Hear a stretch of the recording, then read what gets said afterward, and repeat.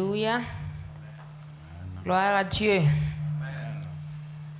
Nous allons dire infiniment merci à notre Seigneur Jésus-Christ qui nous a fait cette grâce d'être là ce matin. C'est vraiment une grâce et une joie pour nous d'être encore dans sa maison. Et nous allons entonner un petit chant pour lui dire merci avant de continuer. J'ai dit merci, merci Seigneur, merci Seigneur. Je dis merci, merci Seigneur, merci Seigneur. Disons merci, merci Seigneur, merci Seigneur. Disons merci, merci Seigneur, merci Seigneur. Je dis merci, merci Seigneur, merci Seigneur. Oh, j'ai dit merci, merci Jésus. Merci Jésus. Oui, disons merci, merci Seigneur. Merci Seigneur. Oh, disons merci, merci Seigneur. Merci Seigneur. Gloire à Dieu. Amen. Ce matin, nous allons dire merci au Seigneur pour la vie qu'il nous a donnée, pour ce privilège qu'il nous a donné d'être encore là ce matin. Nous allons ensemble baisser la tête et lui dire infiniment merci. Prions ensemble le Seigneur. Éternel, merci pour l'homme, merci Seigneur Jésus cette journée. Merci parce que tu es bon. Merci parce que c'est ton amour qui nous réunit pour parler. Alléluia. Seigneur Jésus, nous voulons te dire infiniment merci. Merci Papa pour tes bienfaits, Seigneur.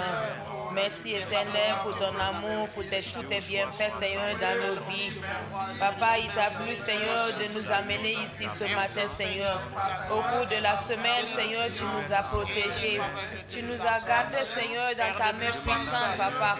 Et ce matin, nous voulons être reconnaissants, Seigneur, envers toi, Seigneur, pour tout ce que tu fais dans nos vies, Seigneur. Merci pour le souffle de vie, parce que nous savons que nous ne pouvons pas payer cela. Merci, Seigneur Jésus-Christ de Nazareth, de nous avoir fait voir cette journée, Seigneur. Oh Père, mon Dieu tout-puissant, nous sommes là, Seigneur, pour te dire infiniment merci de tous tes bienfaits, Seigneur. Merci, éternel, mon Dieu, pour ce privilège que tu nous donnes, Seigneur, ce matin, de nous réunir encore à ta Père, pour parler de toi, Seigneur, et obéir, Seigneur Jésus. Nous te disons infiniment merci. Sois magnifié, Père, sois glorifié, sois exalté, Seigneur, au nom puissant de Jésus-Christ de Nazareth. Amen. Amen. Nous allons encore nous incliner devant le trône de grâce et nous allons dire à l'Éternel de nous pardonner, de nous purifier et de nous laver pour tout péché, tout manquement que nous avons eu à commettre, afin qu'il nous lave et que tout ce que nous allons faire ce matin puisse être à la gloire de son nom. Prions le Seigneur et demandons-lui de nous pardonner. Alléluia. Seigneur Jésus-Christ de Nazareth, nous venons à toi, Père éternel, pour te demander de nous pardonner, Seigneur, et de nous purifier, de nous laver par ton sang précieux. Ton sang qui a été versé sur la croix du Calvaire, Seigneur, pour mes péchés. Par ce sang-là, Seigneur Jésus-Christ de Nazareth, j'implore ce sang ce matin pour te dire, Seigneur, de me pardonner, éternel. Pardonne-moi, Seigneur Jésus-Christ, pour tout ce que je fais qui ne t'honore pas, Seigneur, à travers mes paroles, Seigneur, à travers mes actes, à travers mes regards, Seigneur Jésus-Christ de Nazareth. Je commets des erreurs, je commets des fautes, Seigneur. Oh mon Père, je viens à toi, Seigneur Jésus, pour te dire de me pardonner, de me laver, Seigneur, afin que je puisse m'approcher de toi, Seigneur, et que je puisse être béni et purifié. Saint-Esprit de Dieu, je t'invoque ce matin, Seigneur, pour que tu pardonnes tout et chacun de nous, Seigneur, et que tu nous assistes, Père, pour tout ce que nous allons faire. Père, merci pour le pardon des péchés. Au nom puissant de Jésus-Christ, nous avons prié. Amen. Alléluia. Nous allons encore invoquer, dire à l'Éternel de prendre la première place, car il nous a dit que quand 2 ou 3 se réunissent en son nom, son esprit est là. Donc nous savons que la présence de Dieu est là. Nous allons seulement lui dire de prendre le contrôle de tout ce que nous allons faire ce matin pour la seule gloire de son nom. Prions. Esprit de Dieu, nous voulons te dire de prendre le contrôle de tout ce que nous allons faire. Nous voulons te dire de prendre la place, Seigneur Jésus-Christ.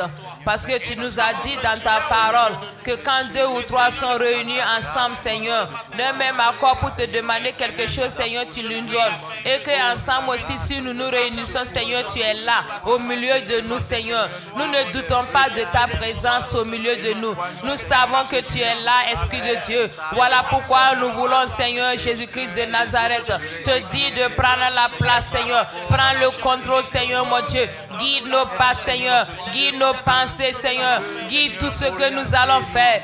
Esprit de Dieu, je te prie d'être au milieu de nous, Seigneur, et de contrôler toutes choses. Et que l'air, Seigneur, tout ce qui ne convient pas à toi, Seigneur, soit ôté maintenant, soit chassé maintenant dans ces instants. Et que, Seigneur Jésus-Christ, la ligne soit contrôlée par ton esprit. Et que nos cœurs aussi soient contrôlés, Seigneur. Et que nos pensées aussi puissent être contrôlées, Seigneur. Viens maintenant et guide-nous, Seigneur. Donne-nous les paroles. Mets les paroles dans nos bouches, Seigneur. Et aide-nous, Seigneur Jésus-Christ de Nazareth, afin de pouvoir, éternel, mon Dieu, communiquer avec toi. Saint-Esprit de Dieu, nous te disons merci. Merci pour ta présence au milieu de nous. Que la gloire et l'honneur te reviennent à jamais. Au nom puissant de Jésus-Christ, nous avons prié. Amen. Amen. Seigneur, nous voulons te dire infiniment merci. Merci pour tout ce que tu fais pour nous, Seigneur. Merci pour ce privilège que tu nous as fait. Merci pour cette grâce encore, Seigneur, que tu nous permets ce matin d'être dans ta maison. Pour te louer, pour te glorifier, Seigneur. Mon Dieu, mon roi, je te dis infiniment merci. Que tout ce que nous allons faire puisse être à la gloire de ton nom. Esprit de Dieu, je te confie toutes choses entre tes mains. Je te confie l'orateur entre tes mains. Je te confie toute personne ici présente ce matin, Seigneur. Je te les confie, Seigneur, dans tes mains. Je prie, éternel, que ton esprit éternel les anime, afin que tout ce que nous allons faire puisse être à la gloire de ton nom. Seigneur, merci pour ta présence. Merci pour ce que tu prends le contrôle. Merci pour ce que, Seigneur, tu vas nous assister. Que la seule gloire et l'honneur te reviennent à jamais. Au nom puissant de Jésus-Christ de Nazareth. Amen. Amen. Amen. Ce matin, nous sommes là. Je rappelle à tous ceux qui nous suivent en ligne que vous êtes avec l'Église des Assemblées de Dieu, Penuel International, Gizeh Save à Silver Spring. Au Maryland, nous sommes situés. Et ce matin, nous avons ce privilège d'avoir des pasteurs au milieu de nous. Et nous voulons encore avoir d'autres connaissances de la parole de Dieu et grandir dans la parole de Dieu. Et sans trop tarder, et avant que je ne laisse la parole à notre pasteur pour... Ok, sans trop tarder, donc je vais demander à tous ceux qui sont sur la table de se présenter pour qu'on puisse connaître leur nom avant de continuer. Et moi-même que je me présente, c'est la sœur Bénédicte Songnaba et je vais revenir à ma gauche pour terminer à ma droite. Merci. Gloire à Dieu. Moi, c'est Sébré, le frère Sébré Mahmoudou.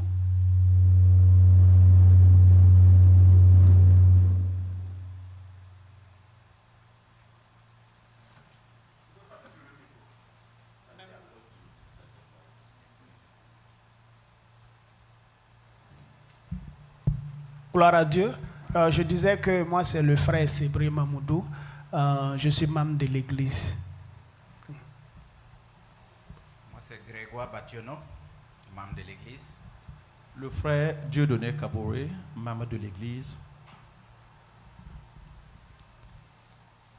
Ok, donc merci beaucoup à tous ceux qui sont sur la table. Et sans trop tarder, nous avons aussi un invité du jour qui est au milieu de nous. Et je vais laisser la place à l'invité de se présenter. Merci. Bon, moi, c'est Dr Jean-Baptiste Rwamba. Je viens de Ouagadougou et je suis pasteur principal de l'église centrale des Assemblées de Dieu de Ouagadougou. Merci beaucoup, pasteur Jean-Baptiste. Et nous allons accueillir notre pasteur pour la bienvenue parmi nous pour nous partager la parole de Dieu. Et nous disons infiniment merci à notre pasteur, au pasteur Asa Zungrana, qui nous a permis d'être là sur la table ce matin et qui est présent au milieu de nous. Que le Seigneur continue à le fortifier et fortifie tous ceux qui sont là, assis dans la salle. Nous avons aussi d'autres pasteurs qui sont là et je vais les demander de se présenter. Merci.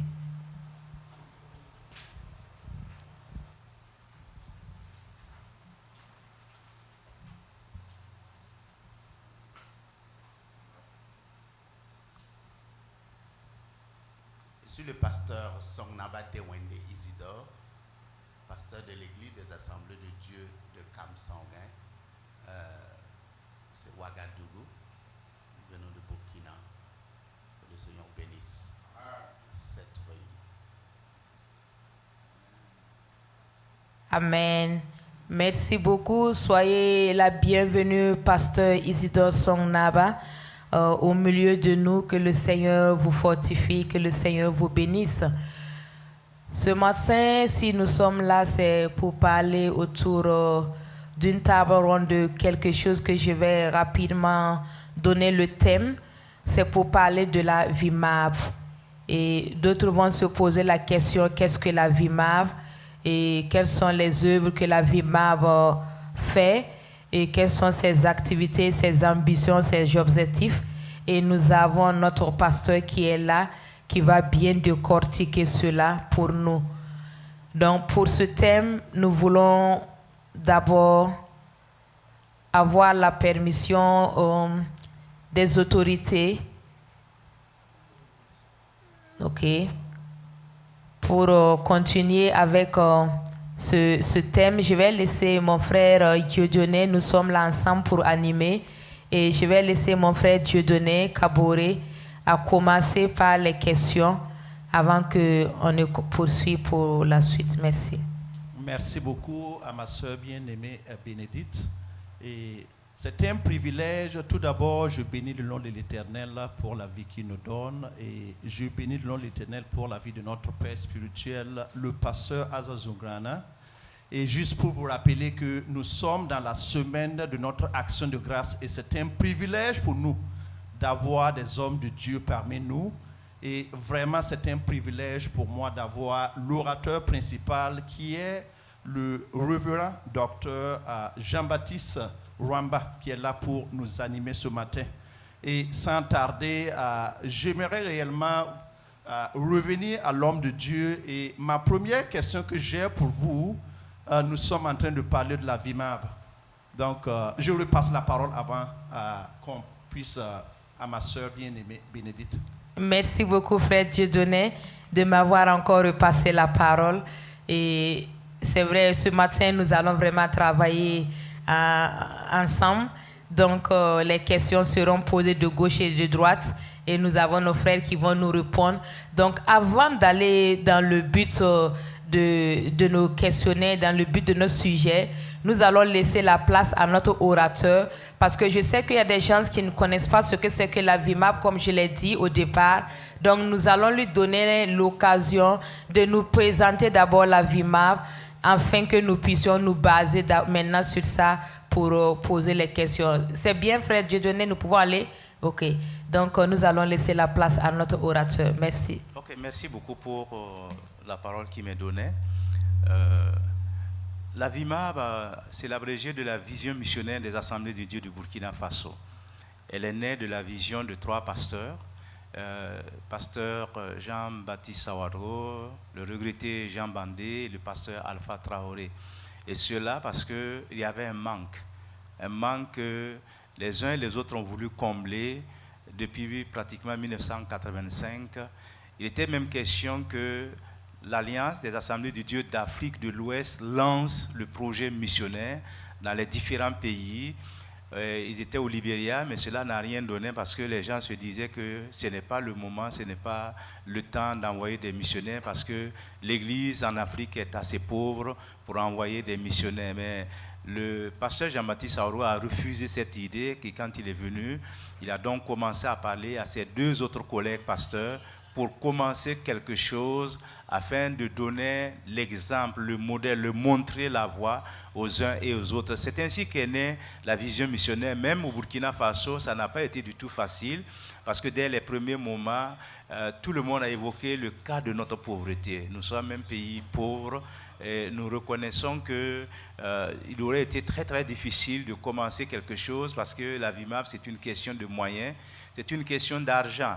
Mais étant donné que nos moyens étaient limités, il a fallu du temps pour que notre Conseil national, qui est l'organe de décision des Assemblées de Dieu, accepte l'idée et commence justement à embrasser cette vision pour que les premiers missionnaires soient envoyés.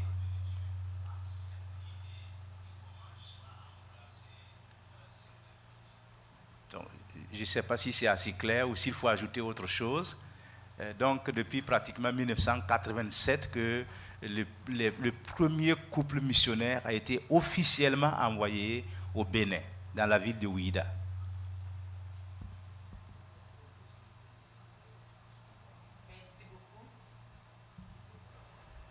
Merci beaucoup, pasteur Dr Wamba Jean-Baptiste, pour ce brève introduction.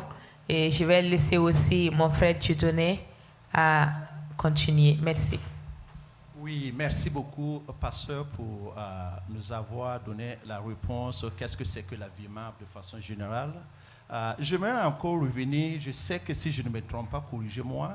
C'est vous l'actuel président du conseil de la VIMAB, si je ne me trompe pas, si vous pouvez revenir là-dessus. Et également, si vous me permettez, dites-nous un peu quel est du moins les rôles et les missions de la VIMAB. Ok, c'est vrai que j'ai été nommé au mois d'avril 2022 comme nouveau directeur général de la VIMAB, mais je n'ai pris fonction qu'en juin 2022.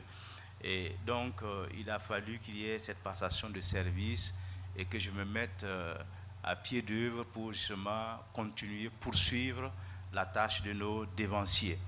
La VIMAB, aujourd'hui, son rôle, c'est de recruter en fait, c'est d'examiner les candidatures à la mission et de pouvoir donner un feu vert, un quitus pour que les missionnaires puissent y aller. Mais avant cela, il y a bien sûr une certaine procédure à suivre avant que le missionnaire ne soit envoyé sur le champ. Donc, le rôle de la VIMAB, c'est justement non seulement de recruter, mais aussi de former, parce que nous avons ouvert une école de formation qu'on appelle l'Institut de formation missionnaire des Assemblées de Dieu, qui a commencé il y a 1 an pour former les missionnaires, parce que nous voyons que les missionnaires rencontrent certaines difficultés sur le champ, parce que n'ayant pas été formés, et donc ça pose un sérieux problème. Il y a le problème comment dirais-je, de pouvoir se mettre dans la culture dans laquelle on travaille, il y a les langues, il y a les habitudes, etc., etc. Et on leur donne des cours sur justement l'anthropologie, la sociologie, pour leur permettre de pouvoir s'intégrer partout où ils iront, parce que nous n'avons pas les mêmes cultures, nous n'avons pas les mêmes mentalités, et donc il faut que le missionnaire soit prêt à tout, parce qu'il sort de son contexte culturel et même sociologique pour entrer dans un autre contexte. Pour ceux qui vont, même à l'intérieur du Burkina Faso, il y a des zones qui ne ressemblent pas aux autres, donc le missionnaire est obligé de pouvoir s'habituer à toutes ces choses pour que l'intégration soit complète. Voilà un peu, grosso modo, le rôle de la VIMAB, former, envoyer et soutenir. Merci beaucoup, pasteur, pour cette réponse. Et je vais encore revenir avec une question suite à ça. Pouvez-vous nous dire exactement aujourd'hui combien de missionnaires la VIMAB a pu déjà quand même sur le terrain, si vous, et donnez-nous un peu quand même quels sont les pays. Bon, okay, je peux vous donner, nous avons en tout cas envoyer des missionnaires. Je crois qu'ils avoisinent, ils sont au nombre de 69 pour le moment. Et bientôt, le nombre va évoluer parce qu'il y a un que nous sommes en train d'envoyer en Tunisie. Tout est prêt pour qu'il soit envoyé. Et peut-être que même avant mon retour au pays, il sera parti. Mais toujours est-il que nous avons des missionnaires au Mali. Au Mali, je crois qu'on a environ une dizaine de missionnaires, de couples missionnaires là-bas. Nous avons aussi des missionnaires au Niger. Là aussi, il y a un grand nombre. Et nous avons des missionnaires, ou du moins officiellement, nous avons un missionnaire en Côte d'Ivoire. Vous savez que la plus forte communauté étrangère vivant en Côte d'Ivoire, ce sont les Burkinabés. Et ils ont des églises, ils forment justement un corps pastoral. Mais celui que nous avons envoyé officiellement, et bien sûr, pour le moment, il y en a qu'un. Nous voulons réorganiser un peu les choses. Nous sommes sur le terrain et nous voulons voir avec l'Église nationale de Côte d'Ivoire comment réorganiser, parce que ceux qui sont là-bas, il y en a qui sont organisés, mais bien sûr, d'autres ne sont pas du tout organisés.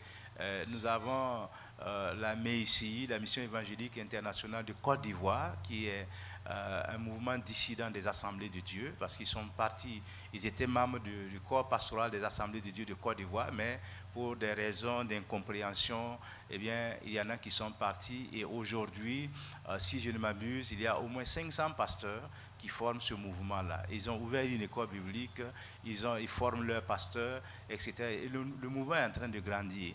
Nous avons des missionnaires aussi, je dirais, au Ghana. Nous avons des missionnaires, comme je l'ai dit, au Niger.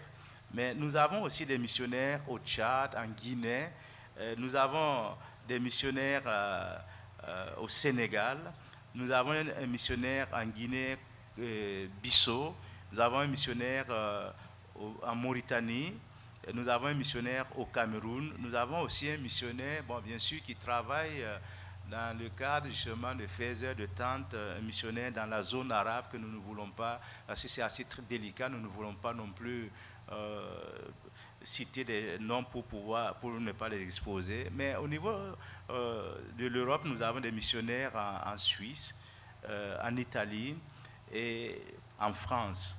Et aux États-Unis, ici, nous avons quelques missionnaires qui travaillent, principalement dans la ville de New York, où je crois que nous avons près de 6 missionnaires qui sont là-bas, et dans d'autres États des États-Unis. Donc, voilà un peu les choses. Nous avons 2 couples missionnaires en France, et il y a bien sûr d'autres qui sont sur le point d'être envoyés un peu partout. Merci beaucoup, Docteur Révérend Pasteur, pour cet éclaircissement. Et je vais m'arrêter là pour voir si ceux qui sont avec nous jusqu'à là, est-ce que vous avez des questions à poser au fur et à mesure qu'on avance? Je vais donner la parole à ceux qui ont des questions, de pouvoir les poser afin que nous puissions avancer.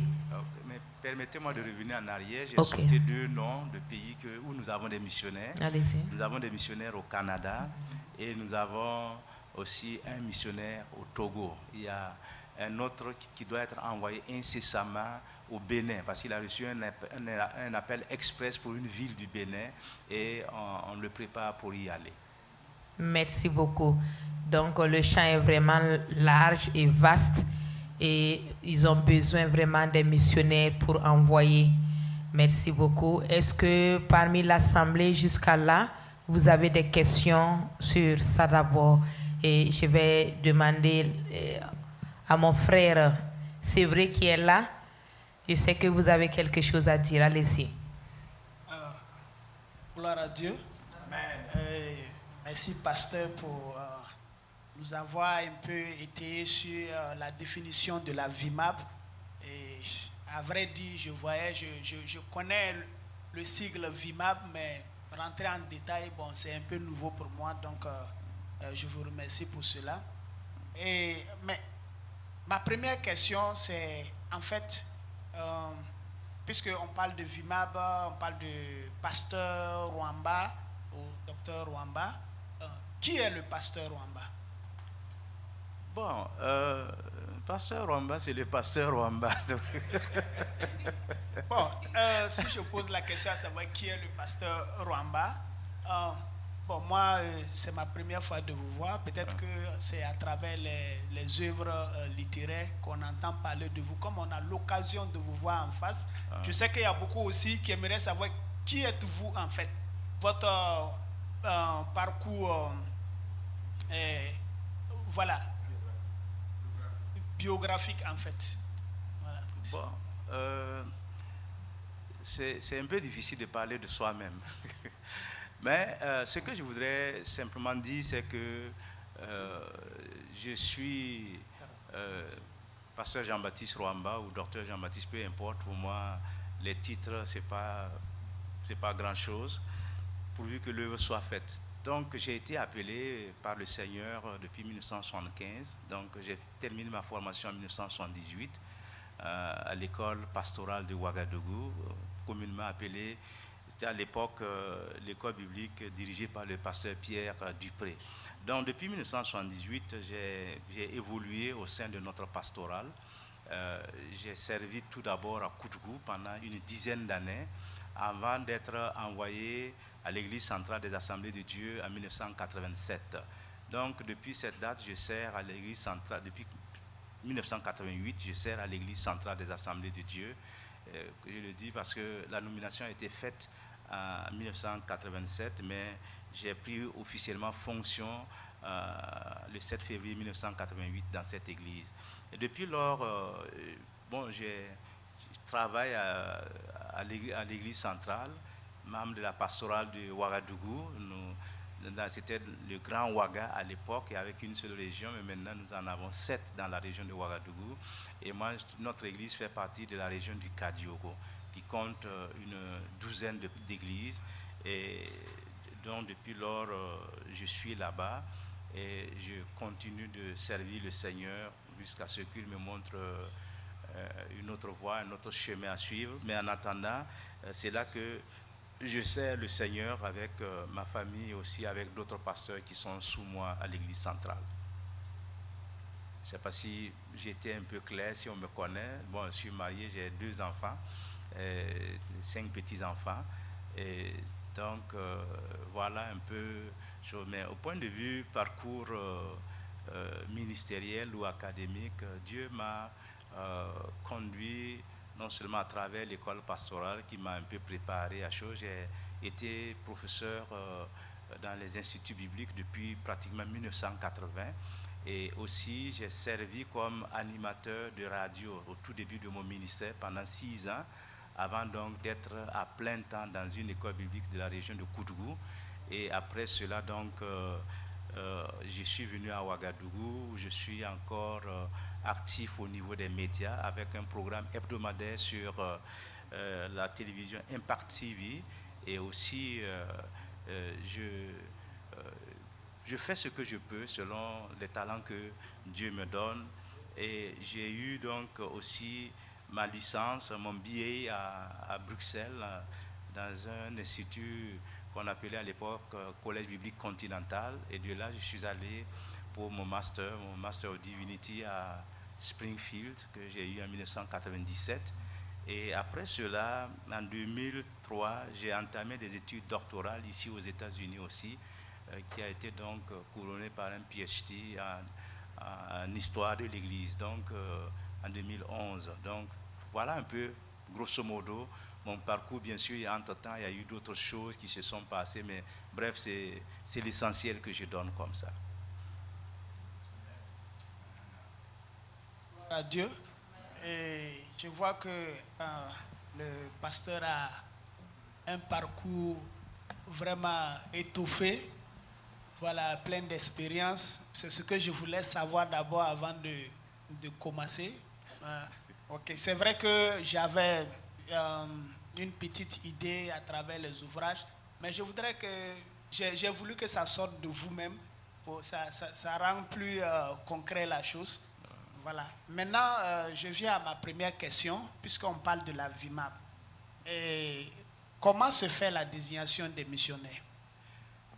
Bon, ce n'est pas une désignation, c'est-à-dire que les candidats missionnaires déposent leurs demandes avec les recommandations des régions respectives, décrivent leur appel, et c'est au niveau du comité national que nous examinons pour voir justement qui est apte pour aller en mission.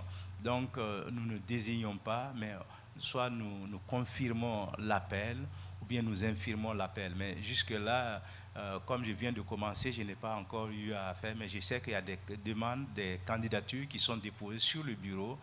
Nous en avions parlé la dernière fois, mais le temps nous manquait parce que avec le comité national, nous avons passé en revue les problèmes que traverse la VIMAP et aussi pour les candidats à la mission, nous avons préféré attendre une autre réunion pour examiner les demandes avant de nous prononcer là-dessus. Mais c'est tout un processus. Et même si nous prononçons en disant que nous sommes d'accord pour que la personne aille en mission, il faut d'abord que la personne passe par différentes étapes avant donc d'être envoyée. Ce n'est pas une affaire sur place, mais ça prend du temps parce qu'il faut que lui-même fasse sa tournée missionnaire pour essayer de réunir son budget et pouvoir aller en mission pour pouvoir justement commencer là où le Seigneur l'envoie.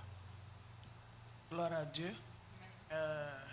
Ok, ça c'est ma dernière question en attendant que les autres parlent pour ne pas monopoliser. Voilà. Dans les différents pays où vous dites envoyer des missionnaires, j'ai eu à entendre parler de la France, des États-Unis, et Bruxelles, je ne sais pas si c'est bientôt, ou bien vous êtes au Canada. Voilà. Mais ce que je voudrais savoir est comment ces missionnaires-là sont reçus dans ces pays-là. Parce que nous savons tous que l'évangile a quitté l'Occident pour venir en Afrique. Et aujourd'hui, c'est les Africains qui quittent l'Afrique pour venir en Occident en tant que missionnaires avec cette même évangile. Comment les gens perçoivent cela? Comment ils sont reçus, ces missionnaires? Donc, je dois dire que dans certains pays, c'est assez simple, mais dans d'autres pays, c'est un peu plus compliqué. Nous ne pouvons pas et nous n'avons pas le droit justement d'envoyer des missionnaires qui sont censés travailler avec les églises des pays d'accueil sans quand même passer par l'organisation. Nous avions tenté dans un premier temps avec la France, il y a quand même une dizaine d'années en arrière. Ça n'a pas été facile, mais maintenant les portes semblent ouvertes. C'est pour ça que nous avons 2 missionnaires actuellement en France. Et un à Marseille, un couple à Marseille et l'autre sur Paris. Donc, pour les autres pays, bon, nous n'avons pas de missionnaires en Belgique, à Bruxelles pour le moment. Nous avions un qui était là-bas, mais qui a travaillé sous la coupe d'une autre dénomination. Mais quand même, il se réclamait des assemblées de Dieu. Et malheureusement, il s'en est allé auprès du Seigneur. Donc maintenant, je pense qu'il y a une porte ouverte pour nous aussi de pouvoir envoyer des missionnaires. Et comme peut-être on reviendra là-dessus, c'est une question de moyens, c'est une question de fonds. Et pour le moment, nous n'avons pas encore tous ces fonds disponibles pour pouvoir justement envoyer les missionnaires, sinon les demandes sont assez nombreuses. Mais c'est toujours en accord avec le pays d'accueil que nous envoyons les missionnaires. Merci, pasteur, pour ces éléments de réponse. Je vais passer le micro à ma sœur Bénédicte pour la suite. Merci beaucoup pour vos questions.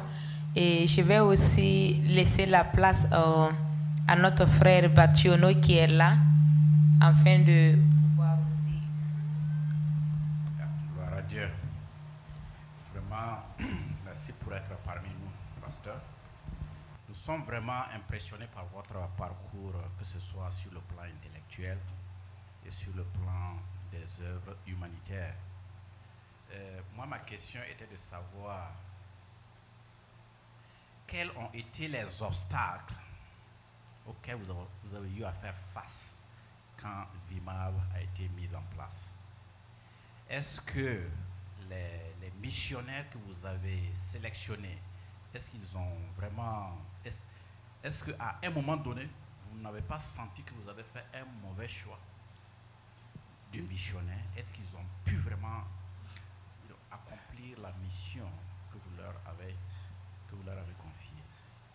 Non, ce que je voudrais dire, ce n'est vraiment pas nous qui choisissons les missionnaires, c'est Dieu qui les choisit. Il parle de leur appel et la VIMAP essaie de les accompagner. Mais je ne crois pas qu'à un moment, nous ayons regretté d'avoir envoyé un missionnaire. C'est vrai que sur le terrain, il y a eu des problèmes, il y a eu des difficultés. Mais toutes ces difficultés sont souvent je dirais même des occasions, des opportunités que le Seigneur nous donne de pouvoir mieux nous enraciner dans ces pays. Mais ce que je veux dire, c'est que nous n'avons jamais eu un missionnaire qui a été chassé de son champ. Tous y sont restés malgré les difficultés. Et ils ont même été, il y en a qui ont même perdu leurs épouses, leurs enfants sur le terrain missionnaire, ce qui peut être une source de découragement pour les uns et les autres. Mais cela n'a pas entamé justement l'ardeur, je dirais même le désir de ses frères et de ses sœurs de pouvoir travailler sur ces champs-là. Je ne crois pas qu'il y ait quelqu'un qui est regretté d'être allé en mission, d'avoir été envoyé en mission, ou même que les responsables aient regretté qu'un tel ou une telle soit envoyé en mission. Mais pour revenir un peu aux obstacles et tout, je dirais que l'un des premiers obstacles, c'est l'homme. L'homme est un obstacle souvent pour l'homme, et même à la création de la VIMAP, il y en a qui se sont opposés, littéralement. Et il y en a même qui ont accusé les visionnaires en leur disant que c'est une nouvelle dénomination qu'ils veulent apporter au sein des assemblées de Dieu. Mais cela n'a pas empêché la VIMAP de voir le jour. Comme je l'ai dit, j'étais témoin un peu de tout cela, parce que moi-même j'étais engagé sur le terrain missionnaire avec nos missionnaires, en partenariat avec les missionnaires pour les aider dans certains domaines bien précis. Donc je vois un peu non seulement les difficultés, mais surtout les bénédictions que nous en retirons. Il n'y a pas un seul moment où on a regretté d'avoir créé la VIMAP, mais bien au contraire. Ce que je voudrais peut-être vous dire aujourd'hui, c'est que au sein des assemblées de Dieu d'Afrique de l'Ouest, le Burkina a montré le chemin. Les autres pays sont venus après le Burkina Faso. Parce qu'ils ont vu, et je me rappelle une fois, j'étais invité à parler de notre vision missionnaire à Lilongwe au Malawi. J'ai fait l'exposé, ils appelaient ça les conférences de la 12e heure. Et quand c'était mon tour, j'ai présenté justement notre vision, comment nous avons envoyé les missionnaires, les soutiens que nous avons pour les missionnaires. Il y a un président d'église des assemblées de Dieu de la région là-bas qui s'est levé, qui a dit non, ce n'est pas normal qu'un pauvre pays, un petit pays comme le Burkina Faso envoie des missionnaires et nous sommes assis ici avec beaucoup d'argent, avec beaucoup de potentialité sans pouvoir envoyer des missionnaires. Et c'était le déclic dans ce pays-là. Ils ont envoyé des missionnaires et je me rappelle bien qu'il y a un pasteur tanzanien qui, après avoir écouté le témoignage, a envoyé près de $50 par mois à la VIMAP pendant quelques années, avant que leur pays ne commence à envoyer des missionnaires.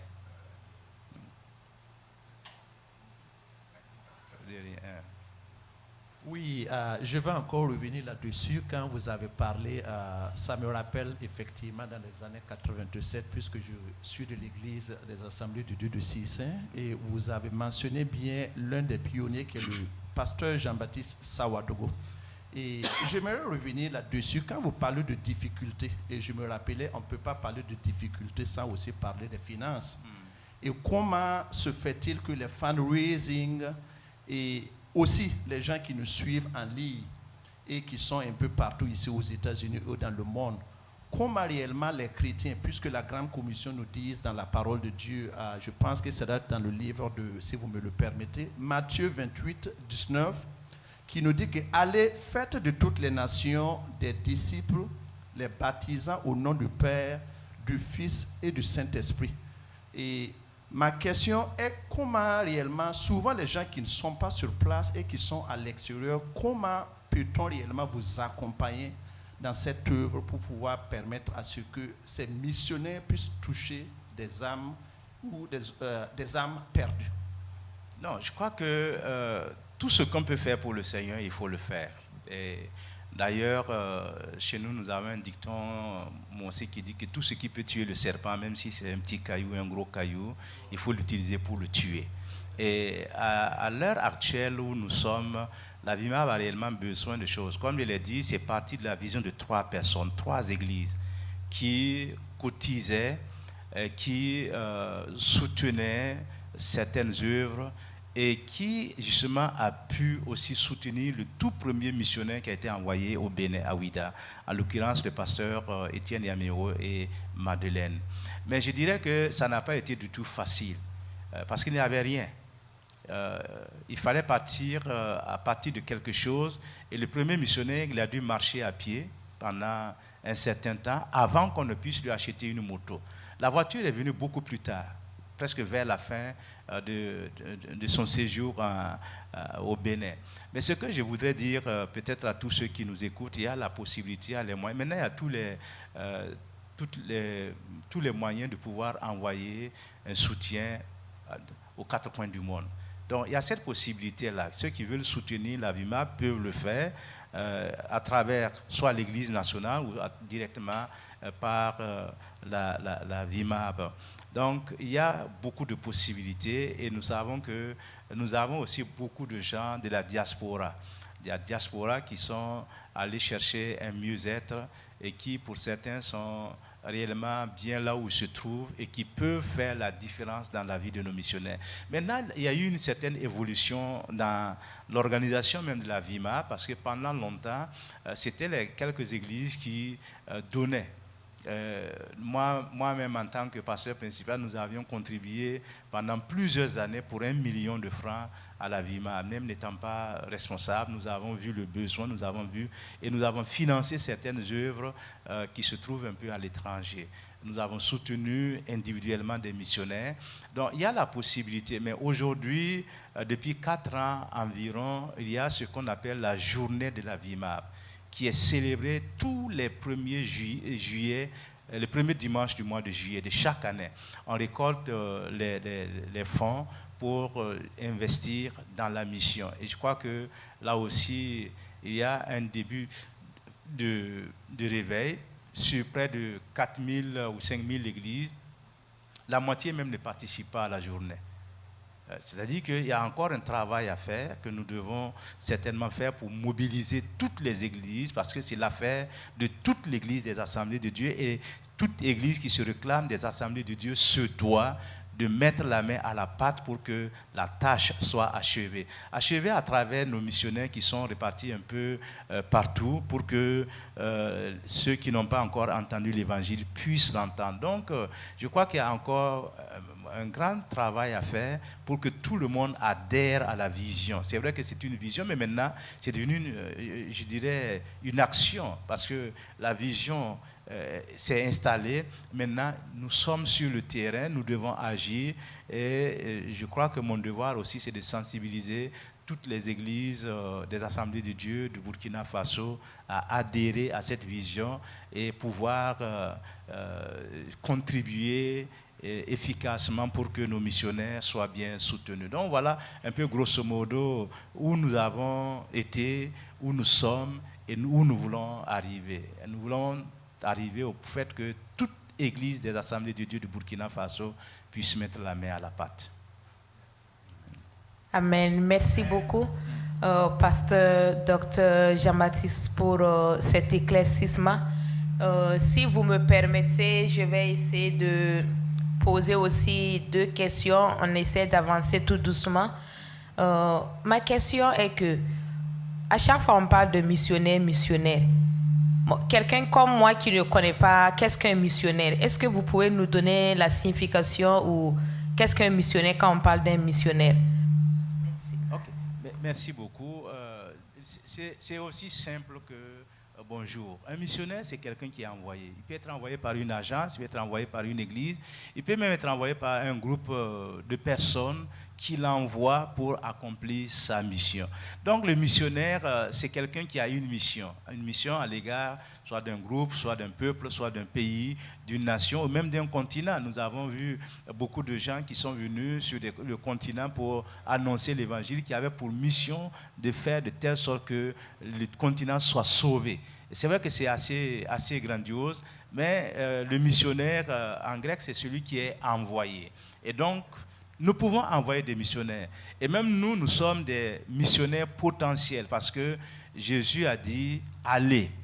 Aller par tout le monde. Et ce aller, ce n'est pas juste pour un groupe d'individus ou un groupe de personnes, mais c'est adressé à chaque chrétien, à chaque fidèle, d'aller et de prêcher la bonne nouvelle. Donc le missionnaire, je dirais simplement traduit, c'est celui qui est envoyé ou celui qu'on envoie. Merci beaucoup, pasteur.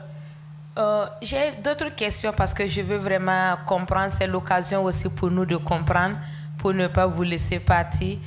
Faut-il être pasteur pour être missionnaire ou bien n'importe qui peut être missionnaire? Parce que vous avez dit que c'est une demande de candidature. N'importe qui peut déposer sa demande ou bien il y a des critères pour remplir d'abord? Oui, bon, il y a bien sûr des missionnaires qui sont des pasteurs. Généralement, la plupart d'entre eux sont des pasteurs formés qui ont senti l'appel pour aller servir ailleurs ou pour aller même servir dans le pays, au sein d'une communauté, au sein d'une ethnie non atteinte. Ce sont des missionnaires. Mais nous pouvons aussi dire qu'il y a des missionnaires qui ne sont pas forcément des pasteurs. Hein. Et ce sont des gens qui ont senti un appel, soit pour aller faire quelque chose. Par exemple, il y a l'enseignement, il y a la santé, il y a bien d'autres domaines dans lesquels ils peuvent être envoyés comme missionnaires pour exercer dans ce domaine-là en faveur d'autres personnes. Donc, ce n'est pas forcément, même si jusqu'à présent, on a compris que le missionnaire doit être forcément un pasteur. Non, le missionnaire peut être quelqu'un qui a des talents, qui a une profession. D'ailleurs, on parle maintenant même de ces missionnaires faiseurs de tentes. Des gens qui vont travailler et qui témoignent en même temps. Des gens qui vont travailler tout en étant justement utilisés par le Seigneur pour toucher d'autres personnes.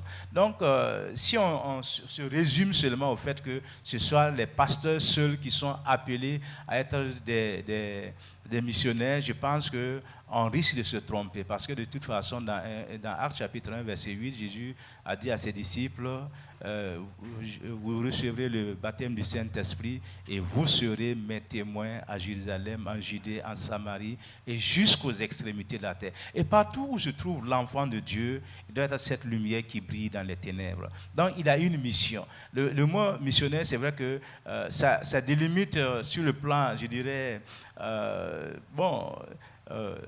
pratique les choses, mais par définition et par extension, tout chrétien est un missionnaire là où il se trouve, qui rend témoignage de Jésus-Christ. Merci beaucoup. Vraiment, ça a été très bien expliqué. Et pour poursuivre à la seconde question, j'aimerais savoir qui a été le premier chrétien missionnaire au Burkina Faso que vous avez envoyé de l'intérieur du pays vers l'extérieur. Non, les assemblées de Dieu du Burkina Faso ont toujours été une église missionnaire. Une église missionnaire, les pays limitrophes, que ce soit le Togo, le Ghana, même le Sénégal, le Niger, le Mali, il y a eu des gens qui sont allés, mais nous n'avions pas cette organisation, la VIMAB, à l'époque-là. Parce que le nôtre Togo a été ouvert par des pasteurs burkinabés. Et même l'un d'eux a été même le président de l'église. Au Bénin, c'était la même chose. Ils sont allés, mais on n'avait pas une organisation qui les soutenait.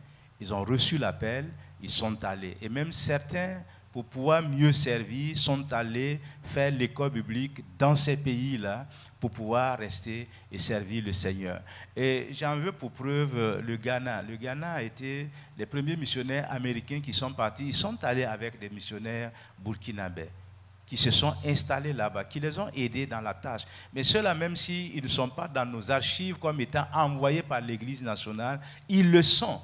de fait, parce qu'ils ont répondu à un appel. Et les églises ont été justement ouvertes dans ces différents pays-là, grâce surtout à nos missionnaires qui sont partis. Mais à partir de l'organisation que nous connaissons, la VIMAB, qui est née en 1985, eh bien, le tout premier missionnaire que nous avons envoyé était un couple au Bénin, particulièrement à Ouida. Le pasteur Étienne Yaméo et son épouse Madeleine, c'était les tout premiers à être envoyés et soutenus, c'est là aussi la différence, soutenus par la vision missionnaire des Assemblées de Dieu. Donc c'était les tout premiers. Ensuite, nous avons eu d'autres qui sont allés au Sénégal, au Niger, au Mali, et toujours soutenus par la vision missionnaire des Assemblées de Dieu. Merci beaucoup, pasteur, pour tous ces éclaircissements et nous continuons. Nous avons une autre question. Quel est l'impact qu'a la VIMAB dans la vie de ces missionnaires? Non, je crois que l'impact est bien visible. L'impact est bien visible dans la vie de ces missionnaires qui sont heureux de pouvoir répondre à l'appel de Dieu. Et il y en a, bon, au départ, on organisait des cultes d'au revoir. Dans les différentes églises, à l'église centrale, nous avons abrité 2 ou 3 cultes d'au revoir. Et maintenant, les cultes d'au revoir se font dans les régions. Mais avant, où que se trouvait le missionnaire, il venait à Ouagadougou pour recevoir la bénédiction de toute l'église et aussi recevoir le soutien de l'église avant d'aller en mission. Donc, en lisant la vie de ces missionnaires, je ne crois pas, à mon avis, peut-être qu'il peut s'y trouver, mais je ne suis pas conscient de cela. Il n'y a pas un seul qui ait regretté d'être allé en mission. Au contraire, ils étaient heureux d'être en mission. Et comme je l'ai dit, quand bien même certains ont connu des épreuves terribles, il y en a qui ont perdu leurs épouses en mission, il y en a qui ont perdu leurs enfants. Mais cela ne fait que... C'est l'histoire qui se répète, parce que notre pays aussi a connu des missionnaires américains qui sont venus. Il y en a qui ont perdu leur épouse, il y en a qui ont perdu leurs enfants, il y en a qui ont perdu leur époux. Mais dans mes recherches, j'ai vu que cela n'a pas du tout diminué la flamme du zèle missionnaire dans la vie de ces familles, bien au contraire. Et je sais que beaucoup de gens sont restés attachés au Seigneur en dépit de la mort qui a frappé dans leur rang. Merci beaucoup pour cette réponse. Nous avons aussi la réponse du nombre de pays que vous nous aviez déjà donné au départ. Dans combien de pays que la VIMAB a pu envoyer des missionnaires. Je pense que vous nous aviez dit ça au départ. Donc, je vais continuer avec une autre question. Quel type de soutien la VIMAB accompagne ces missionnaires? Bon, là, je crois que c'est un peu notre fardeau, notre soutien en ce moment. Les missionnaires, nous avons 2 catégories de missionnaires. Il y a des missionnaires qui sont autonomes, c'est-à-dire que les églises qu'ils ont fondées les soutiennent, donc qui n'ont pas vraiment besoin du soutien de la VIMAB. Et il arrive que la VIMAB intervienne en faveur de ces gens. Quelquefois, c'est pour des constructions d'églises ou même d'écoles. Mais la plupart de ceux qui sont sur le terrain sont soutenus financièrement par la VIMAB. Et ces soutiens leur sont versés trimestriellement. Mais je vous assure qu'en regardant un peu le soutien, c'est vraiment des broutilles par rapport à d'autres missionnaires que je connais de certains pays.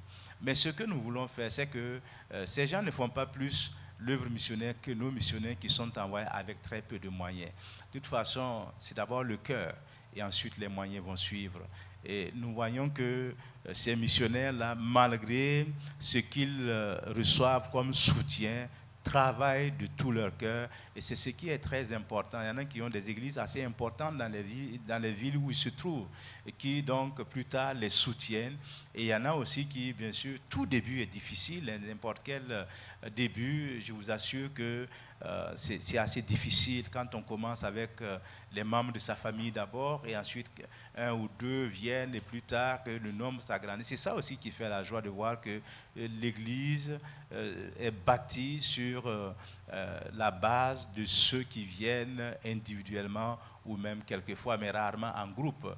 Donc c'est aussi le soutien que nous pouvons apporter. Ils restent en contact bien sûr avec la base pour partager leurs défis qui en sont des sujets de prière, pour partager aussi leurs besoins. Si la VIMA peut intervenir, elle intervient. Dans le cas contraire, on remet ce fardeau-là entre les mains du Seigneur. Et comme tout à l'heure, rien que hier, j'ai dû donner des ordres pour qu'on envoie un soutien ponctuel à un de nos missionnaires qui se trouve au Tchad, à Moundou précisément, avec des problèmes qui s'y trouvent. Et donc, les problèmes ne manquent pas. Avec les hommes, il y a quelquefois même question de santé, comment il faut faire, et question même de scolarisation des enfants. Il faut penser à tout cela, sans oublier même les maisons dans lesquelles ils doivent dormir. Donc, il y a tout un ensemble de choses qui se présentent jour après jour et selon aussi l'évolution du temps. Je crois que nous allons nous adapter pour pouvoir trouver le moyen de les soutenir. Merci beaucoup. Nous allons essayer de revenir un petit break. Et je veux rappeler à ceux qui nous suivent en ligne actuellement, si vous venez de nous prendre, nous sommes l'église Peniel International Church Jesus Save, située ici à Silver Spring. Et c'est un privilège pour nous, c'est notre action de grâce de 5 ans. Et nous avons le révérend pasteur Dr Jean-Baptiste Ramba, qui est l'orateur principal qui est là. Et nous sommes en train de parler de la VIMAB, si vous nous suivez en ligne. Et je vais encore revenir, si vous me permettez. J'ai une question. Vous avez bien mentionné le cas du Tchad. Et si je ne me trompe pas, le Tchad, c'est un pays beaucoup plus dominé par la religion musulmane. Et ma question est la suivante. Y a-t-il eu des missions impossibles? Rappelons qu'on parle de la VIMAB. Il n'y a rien d'impossible avec Dieu. Mais permettez-moi d'utiliser ce mot, impossible pour certains de vos missionnaires. Et je vais combiner avec une autre question qui le dit aussi. Quelles ont été les raisons qui ont rendu cette mission impossible? Bon, c'est vrai, rien n'est impossible à Dieu, nous croyons à cela. Mais nous, en tant qu'organisation missionnaire, il y a eu certaines fois où nos missionnaires sont obligés de rentrer.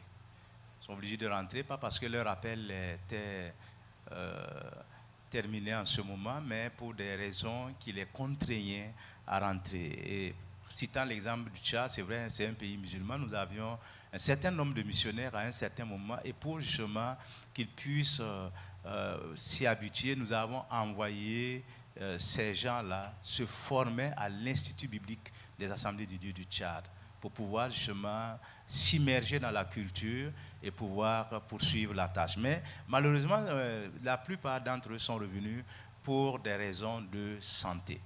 Et même, on a eu un malheureux cas où la femme d'un de ces missionnaires-là est décédée. Donc, pour l'instant, il n'est pas encore reparti. Et il y a un qui est revenu, qui a commencé même une église, qui même demande du soutien pour pouvoir chausser. Quand on voit un peu ce qu'il est en train de faire, c'est assez louable, mais les moyens lui manquent. Ils sont sous un hangar et en cette saison de pluie, et bien sûr, quand il m'a envoyé un message vocal hier en disant que lorsque la pluie se prépare, c'est un peu l'effroi parmi eux parce que quand c'est un dimanche, ils savent qu'ils vont être mouillés, ils vont être trempés.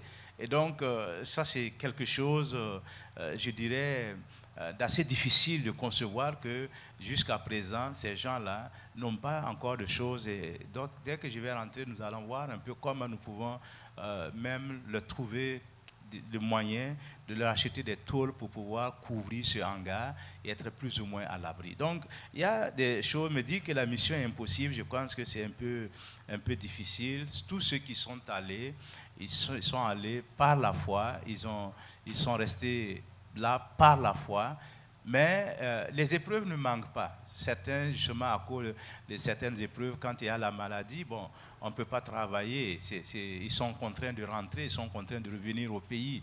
Mais mission impossible, je ne dirais pas qu'il y a eu des missions impossibles. Au contraire, Dieu a toujours facilité les choses, même au sein de toutes ces épreuves que nos missionnaires traversent.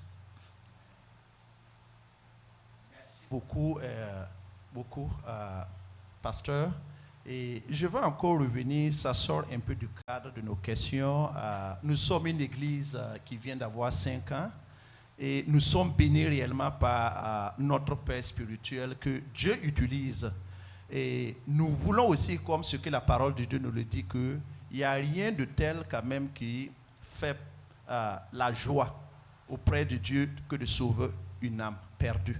Et nous voulons aussi, en tant qu'Église des Assemblées de Dieu, basée ici aux États-Unis, plus précisément à Silver Spring, un jour impacter aussi le monde comme ce que vous avez comme vision. Ma question est la suivante.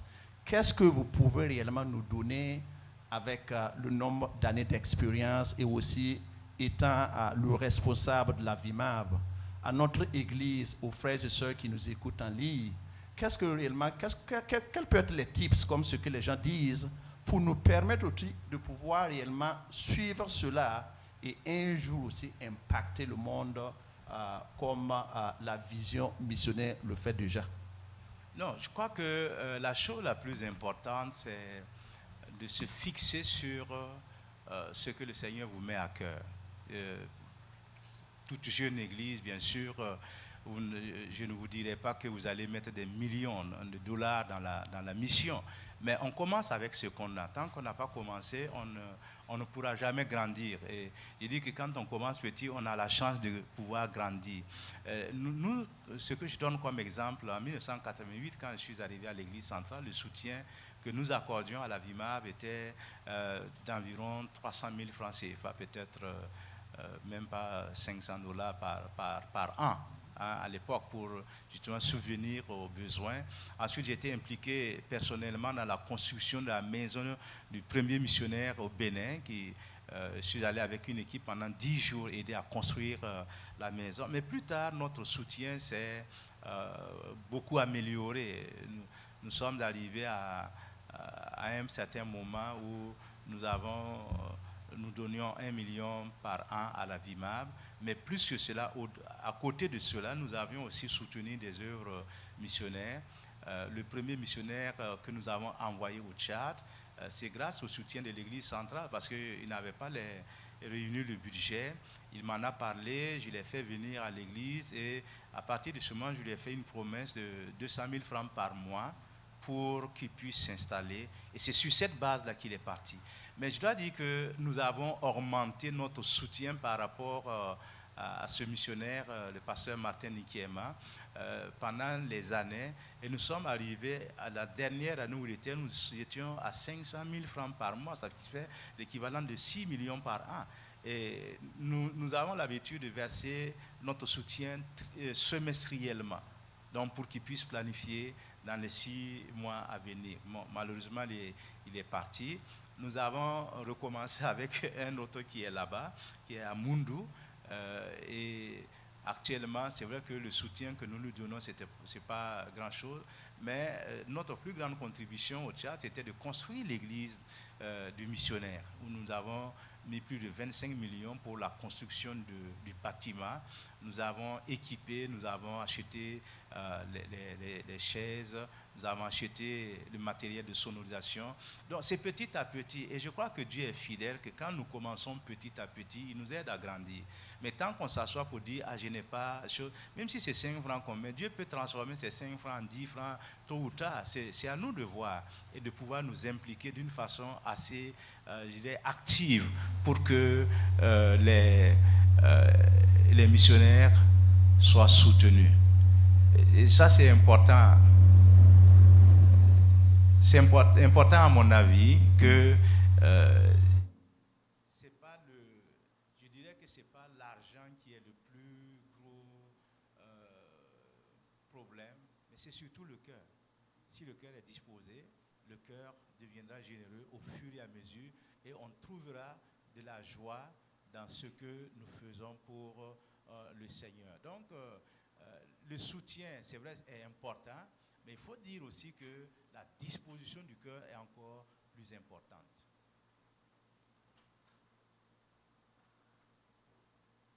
Merci beaucoup, pasteur, pour toutes ces interventions.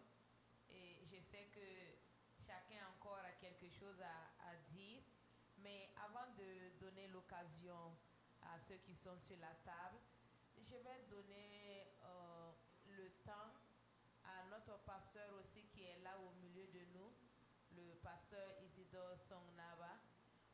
Avec tout ce que nous sommes en train de dire, certainement ils ont aussi quelque chose à ajouter. Nous allons vous poser une question. Je vais les laisser la place pour quelques interventions. Merci.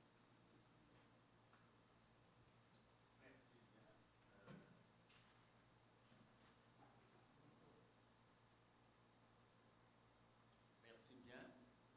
Je suis très content de suivre cette conférence donnée par le président de la VIMAB et d'apporter ces éclaircissements qui me vont droit au cœur.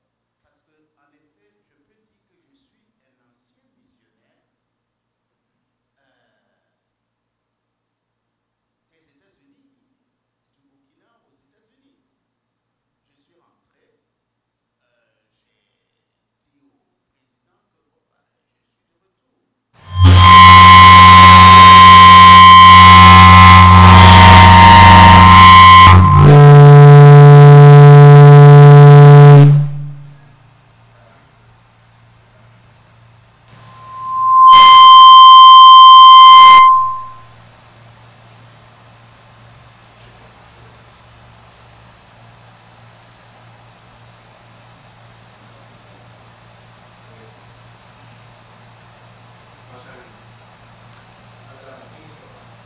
Je suis de retour, mais j'ai été encouragé à partir en mission par le président Michel Ouédraogo, parce que je suis pasteur, mais je travaillais à la Caisse nationale de sécurité sociale comme DAF.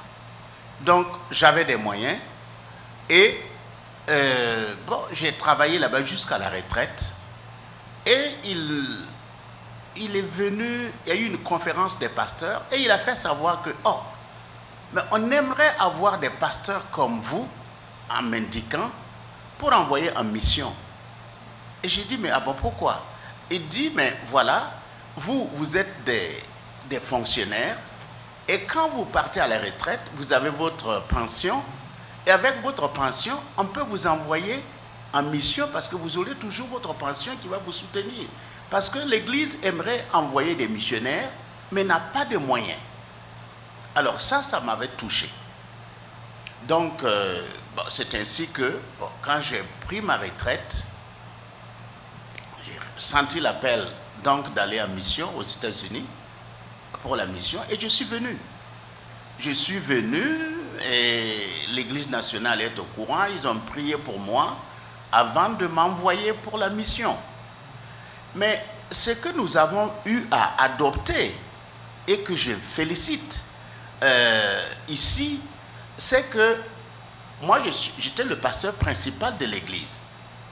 Et j'ai dit, voilà, ce que nous allons faire, c'est ceci. Pasteur Timothée, tu es mon assistant. Tu vas prendre la relève de l'église et moi, je vais partir pour la mission. Mais avant cela, on avait déjà envoyé des missionnaires à l'intérieur du Burkina. Un à Guéguéré, un à Amélé. Donc, c'était pour nous bon, des missionnaires en Judée, en Samarie. Maintenant, il faut aller plus loin, aux extrémités de la terre. Et là, j'ai dit, moi-même, je vais partir. Et c'est là que je suis venu en mission aux États-Unis. Mais c'était tout à fait difficile. Mais j'ai dit à l'église, puisque j'étais là, j'avais un salaire. J'avais 100 000 ou 110 000 comme salaire. vous allez me donner mes 110 000 comme salaire. En tant que missionnaire, je ne perturbe pas l'échelle des salaires de l'Église, ni ses finances, mais quand j'étais là, l'Église fonctionnait avec les finances.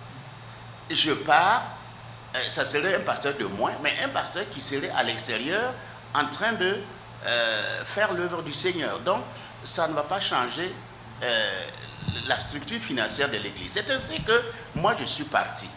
Et vraiment, je remercie mon pasteur assistant, le pasteur Point Timothée.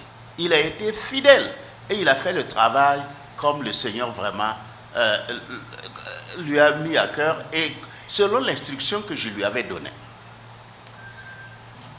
Ces 6 années que j'ai passées en tant que missionnaire aux États-Unis, il n'a jamais manqué de m'envoyer mon salaire. C'était $200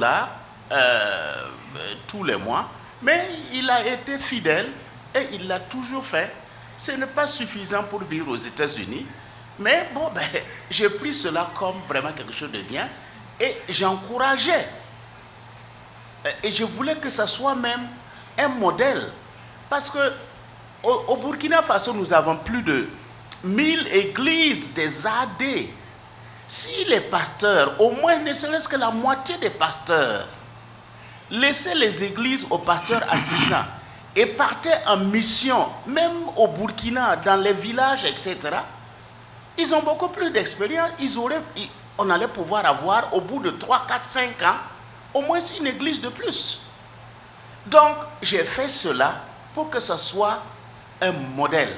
Mais ça a été mal interprété. Mais je bénis Dieu parce que le pasteur que j'ai laissé a été fidèle et il m'a donné mes 200 et il a gardé l'église dans des conditions que je peux vraiment m'enorgueillir parce que l'église pouvait se disloquer à mon absence. Mais non, le Seigneur a béni, l'église est restée intacte et a même grandi. Donc je bénis le Seigneur pour cela. Alors, parce que la VIMAB a un problème. Le problème, c'est le problème financier. C'est le problème financier. Il faut avoir des moyens pour envoyer. Mais on n'a pas de moyens, qu'est-ce qu'on fait? Cependant, il faut envoyer. Alors donc j'ai dit, les pasteurs principaux ont des salaires. C'est vrai que c'est dérisoire s'il s'agit de l'extérieur. Mais allez-y avec ces salaires dérisoires à l'extérieur et commencez le travail. Et ça serait un début difficile, mais le Seigneur va suppléer. Quand je suis venu ici, j'ai dit au pasteur, les 5-6 ans que j'ai fait, ça a été toujours avec mes $200. Il pouvait augmenter, mais non, n'augmentez rien, parce que je ne veux pas que l'église sur place ait des difficultés à cause de moi. Non, mais je vais ici nettoyer le sol, laver les toilettes, avoir un peu plus pour pouvoir subvenir à mes besoins et continuer le ministère. Alors donc, le problème réel qu'on peut aussi apporter, serait d'encourager les pasteurs principaux peut-être à libérer leurs églises avec les pasteurs assistants et aller, ne serait-ce que dans des petites régions, villages au Burkina même, essayer d'aller évangéliser pour voir comment ils augmenteraient les fidèles. Mais quand je partais, combien de pasteurs m'ont découragé dans ma tentative? Tu vas aller comme ça, tu vas revenir, tu vas voir ton église, tu vas dire, oh ça c'était mon église. Mais tu ne pourras même pas rentrer. Parce que si celui qui te remplace n'est pas fidèle, il va monter les gens contre toi, tu ne pourras plus même revenir à l'église. C'est pour ça que je félicite le pasteur Point Timothée, parce que, bon, il a fait le travail comme Dieu lui disait de faire. Bon, c'est difficile. Mais je suis revenu, je suis encore le pasteur principal de l'église, et le travail continue. Alors, donc, la vision missionnaire a des problèmes, et c'est le problème financier. Le président l'a souligné. Bon, les difficultés ne manquent pas, mais il a bien souligné qu'est-ce que vous pouvez faire pour contribuer. Il y a des églises même qui ne contribuent pas. Ils n'ont même pas la vision. Ils ne peuvent même pas avancer. Même le peu qu'ils doivent donner, ils ne donnent pas. Parce qu'ils n'ont pas la vision. Mais chez nous, nous avions eu la vision d'envoyer des missionnaires à l'intérieur du pays et à l'extérieur du pays, mais les finances font défaut. Mais nous n'avons pas pris ça comme un problème. Nous avons essayé de chercher les moyens à l'intérieur. C'est ainsi que moi je suis parti et que je suis parti avec mon salaire. On pouvait envoyer même le pasteur assistant aller aussi avec son salaire. Merci beaucoup. Nous serions partis et nous aurions fait l'œuvre. Donc je bénis le Seigneur pour cette intervention qui nous éclaire sur les réalités de la mission qui est indispensable. Je vais donner, vu le temps, excusez-moi, je pense qu'on va prendre l'opportunité, je ne sais pas si le révérend... Oui, je vais peut-être rebondir sur ce que le pasteur Isidore a dit. L'église des Assemblées de Dieu compte plus de 5000 églises. Et rien que Ouagadougou, nous avons 1 millier d'églises Assemblées de Dieu. Donc, pour dire que je crois que quelquefois c'est la volonté qui manque aux uns et aux autres. Nous allons nous atteler à pouvoir faire de telle sorte que même si nous avions les 50% de ces églises Assemblées de Dieu qui soutenaient la VIMAB, je crois que nous ferons un bond en avant. Mais aux dernières informations que j'ai, il n'y a pas plus de 800 églises qui ont contribué pour la journée de la VIMAB de l'année 2021. 2022, c'est encore un autre défi pour nous. Mais je crois que personnellement, ce n'est pas pour faire... nous sommes une des églises... je n'ai pas les chiffres des autres églises fondatrices de la VIMAB, mais lors de la journée de la VIMAB, depuis une dizaine d'années, nous sommes entre 7 et 10 millions de soutiens pour la VIMAB chaque année, à chaque journée de la VIMAB. Cette année, nous sommes à 8 millions et poussières. Donc, un certain nombre de choses qu'il faut que nous comprenions, qu'il faut que nous-mêmes, pasteurs, nous puissions sensibiliser les fidèles à soutenir cette œuvre-là. Il y a beaucoup de journées, mais rien ne peut remplacer la mission. Rien ne peut remplacer la VIMAB parce que c'est grâce à la mission, c'est grâce à la vision des uns et des autres que nous aussi nous avons reçu le Seigneur Jésus-Christ. Donc pourquoi nous devons, enfin, il a été noté que maintenant c'est nous qui envoyons les missionnaires vers l'Occident. C'est important parce que ce que nous avons reçu, nous devons aussi partager. Parce que pour ceux qui lisent l'histoire de l'Église, l'Occident est en train de se déchristianiser de plus en plus. Et il nous appartient à nous aussi de contribuer pour que l'Occident soit gagné à Christ. Merci beaucoup à pasteur Jean-Baptiste Rwamba, qui est notre orateur principal. Et également, je profite de l'occasion pour remercier infiniment l'homme de Dieu, le pasteur Songnava, réellement que le Seigneur a utilisé pour impacter. Merci pour votre intervention qui nous ont aussi aidés ici et les gens qui nous suivent en ligne. Je veux encore revenir à notre table ronde. Nous avons 2 frères qui sont avec nous ici. Et je vais encore vous donner l'opportunité, encore si vous pouvez encore revenir, une question pour qu'on puisse donner l'opportunité à notre orateur de nous répondre. Je vais commencer par mon frère qui est à ma droite, le frère Bakiono. Allez-y. Merci pour l'opportunité. Moi, j'avais une question par rapport à comment est-ce que pendant qu'on est en ligne, ceux qui ont vraiment l'intention de contribuer pour aider l'œuvre, qu'est-ce qu'il faut faire? Est-ce qu'il y a un site que vous pouvez nous donner? Comme ça, bon, si certains sont en mesure de faire quelque chose, qu'ils sachent comment le faire et où aller. Non, je crois que pour le moment, comme je l'ai dit, ça fait seulement un peu moins de 2 mois que j'ai pris fonction. Et j'ai eu la désagréable surprise de savoir que la VIMAB n'a pas de site web. Ça, c'est un. Nous sommes en train de travailler là-dessus et très bientôt, nous aurons un site web où vous pourrez justement avoir les informations par rapport à notre... à la possibilité, mais ce que je peux dire en attendant, c'est que vous pouvez soit passer par vos églises ou passer directement par la VIMAP ou l'Église nationale pour soutenir. Si vous dites que vous faites un don pour la VIMAP, je crois que cela sera transmis directement. Merci beaucoup. Je vais maintenant passer la parole à mon frère bien-aimé, Sébré. Je ne sais pas si vous avez une question. Merci, frère. Bon, moi, j'ai une question et puis une suggestion. Voilà, donc, parlant des moyens, puisque tout au long de l'exposé, nous avons retenu que la VIMAP a besoin de moyens. La VIMAP n'a pas de moyens. Bon, moi, ce que je voudrais savoir est que comment les missionnaires envoyés dans les autres pays, là, les pays étrangers, font, pour quelle méthode ils utilisent pour gagner des âmes. C'est tout en n'oubliant pas que, par exemple, les autres missionnaires qui viennent ici, qui sont nantis, bon, ils utilisent comme à part les missions caritatives, les missions humanitaires.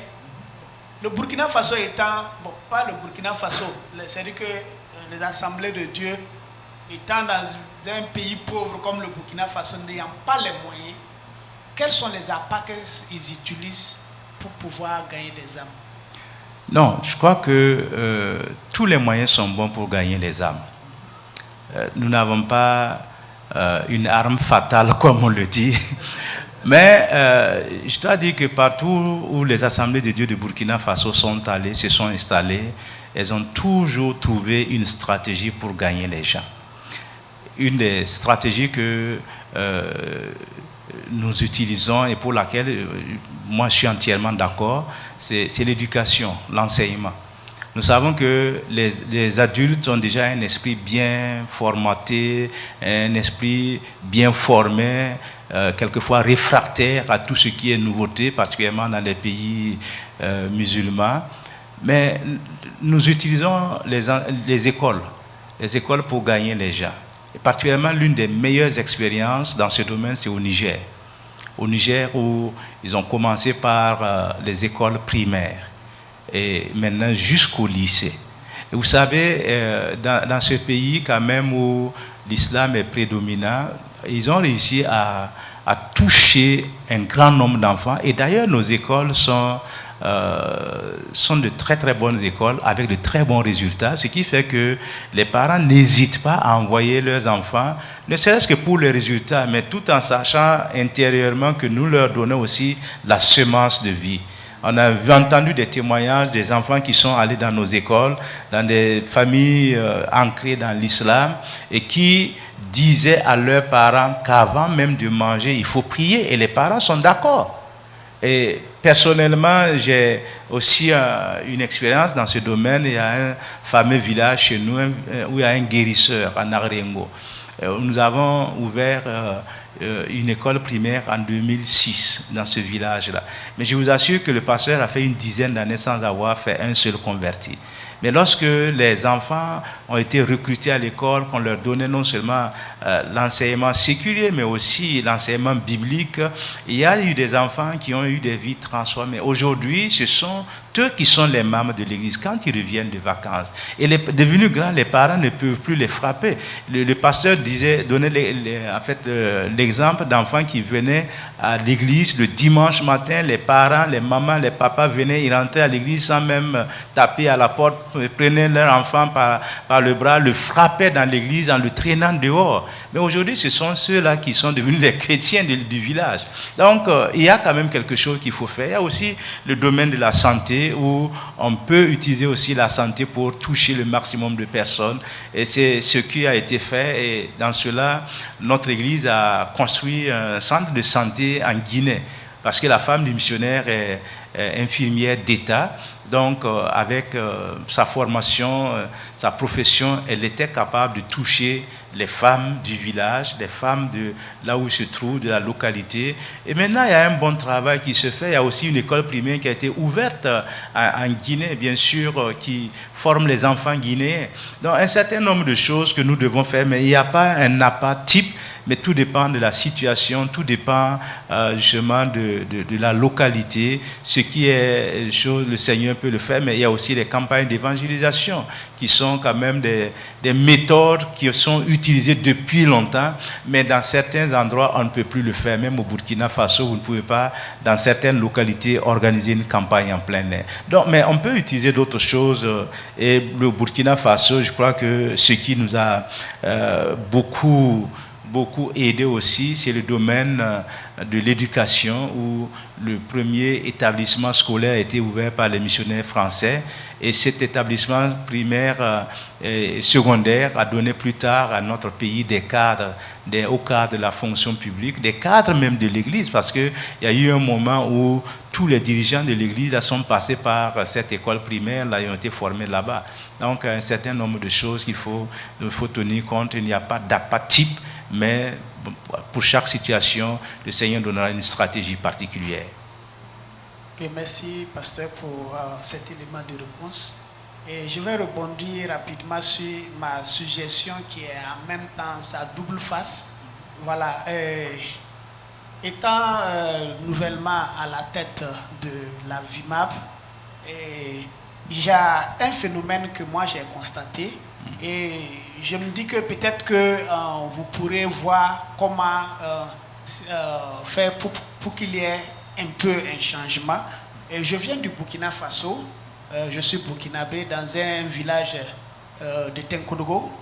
Et il y a un phénomène que j'ai constaté, puisque la VIMAP c'est la mission aussi elle est interne. Voilà, il y a un phénomène que j'ai constaté que tous les pasteurs et fonctionnaires, les pasteurs qui ont les moyens, les fonctionnaires, tout ça, ils sont regroupés en ville. Pendant ce temps, les pasteurs, et on amène les pasteurs qui sont dans les périphéries et qu'on sort, c'est des jeunes pasteurs, souvent il n'y a rien. Souvent il n'y a rien, c'est la misère totalement. Bon, excusez-moi du terme, voilà. Mais moi, personnellement, j'ai fait l'expérience, c'est un phénomène qui me touche, je ne sais pas pourquoi cela.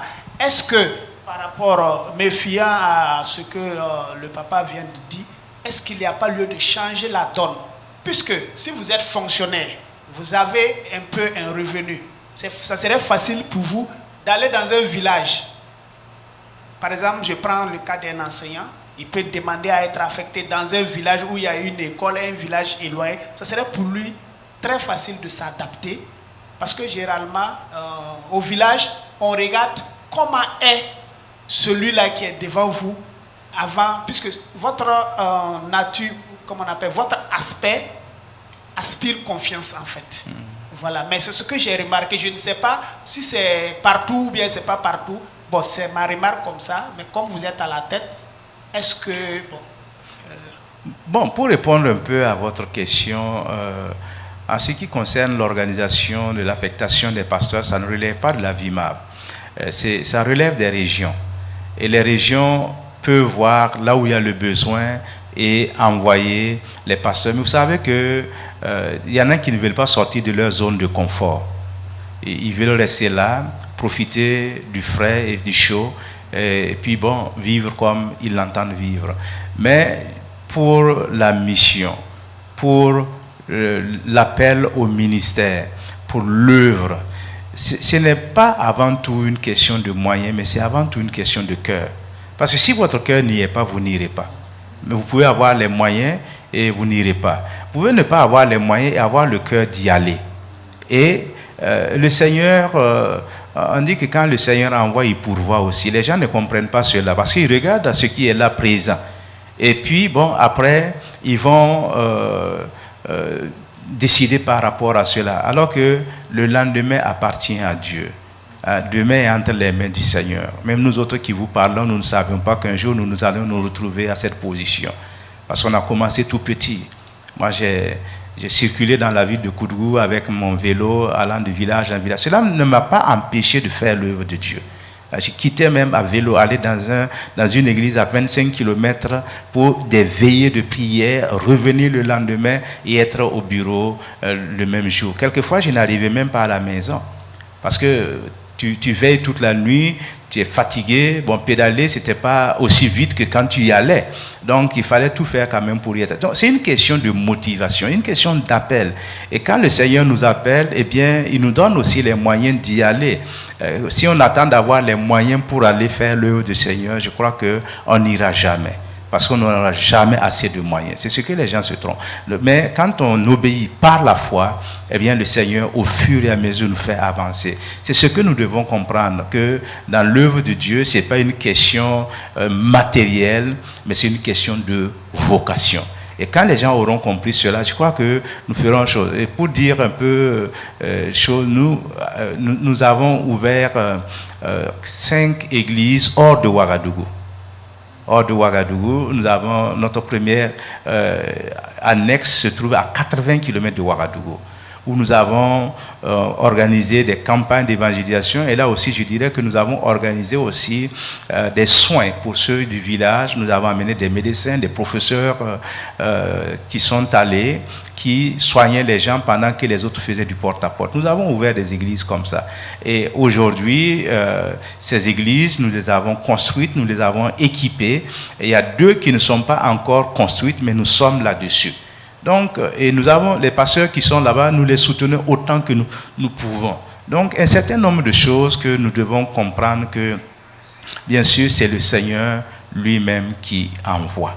Et quand il envoie, il pourvoit. Amen.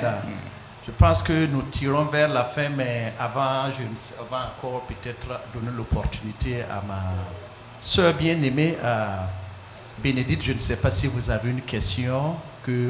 Ok. J'ai une question à mon niveau aussi que j'aimerais poser. En écoutant notre pasteur bien-aimé, pasteur Songnaba, quelque chose m'est revenu à la tête et vous avez aussi mentionné cela à docteur Jean-Baptiste Ramba, qui est notre orateur. Vous avez parlé de missionnaires autonomes. Et pour moi, envoyer quelqu'un à mission aussi, c'est de pouvoir réellement, comme nous, une petite église qui commence, l'objectif visé aussi, c'est de pouvoir réellement avoir, dans cette mission, pouvoir sauver des âmes, construire des églises. Et cette église doit être autonome. Et quand je parle d'autonome, c'est sur le plan financier, et également aussi sur le plan, comme ce que vous venez de le mentionner, faire naître d'autres églises aux alentours de ce pays bien donné. Et j'aimerais réellement vous demander si vous pouvez nous donner, si c'est en moyenne, en commençant de 1 jusqu'à 10, pouvez-vous nous dire réellement, depuis que la VIMAB a commencé, quelle peut être réellement une moyenne que vous pouvez nous donner dans ces pays que vous avez été, ces missionnaires qui ont pu installer des églises, et ces églises ont été autonomes et ont pu réellement aussi construire d'autres églises? Non, je crois que à ce niveau, nous pouvons donner un exemple, l'exemple de l'Italie, où le pasteur Jean-Baptiste Ouadré s'est installé là-bas. Je n'ai pas la date exacte de son installation en Italie, mais grâce à son leadership, il y a d'autres églises qui ont été ouvertes. D'autres églises qui ont été ouvertes, et vous savez qu'en Europe, ce n'est pas comme ici, il faut un minimum. Et ils s'attellent à ce que ces gens-là aient le minimum possible pour pouvoir travailler. Mais ce qui est sûr, c'est qu'il en a en tout cas fait. Il a laissé... Voilà, Jean-Baptiste Ouadré est installé en Italie depuis 2012. Et grâce à lui, eh bien, il a ouvert d'autres églises qu'il a organisées lui-même.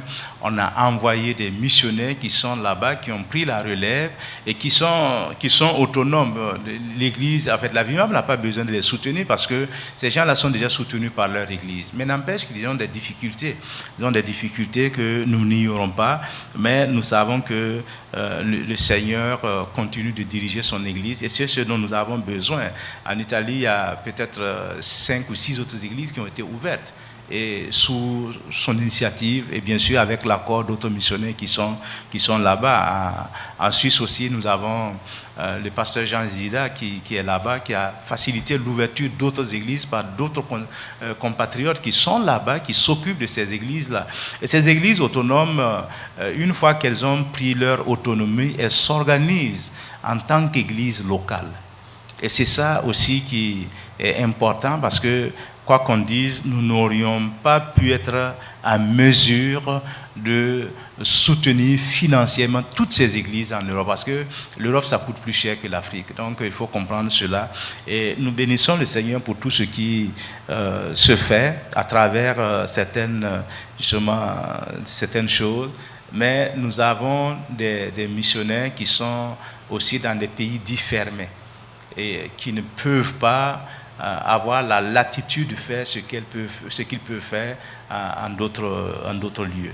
Donc voilà un peu grosso modo comment ça se passe. Et toutes les églises qui sont là-bas essaient de s'organiser, ont des rencontres annuelles, parce que l'éloignement de la dispersion des uns et des autres, ils ont des rencontres annuelles pour non seulement partager, prier les uns pour les autres, mais aussi élargir leur champ d'action, leur vision. Donc voilà un peu grosso modo comment ça se passe.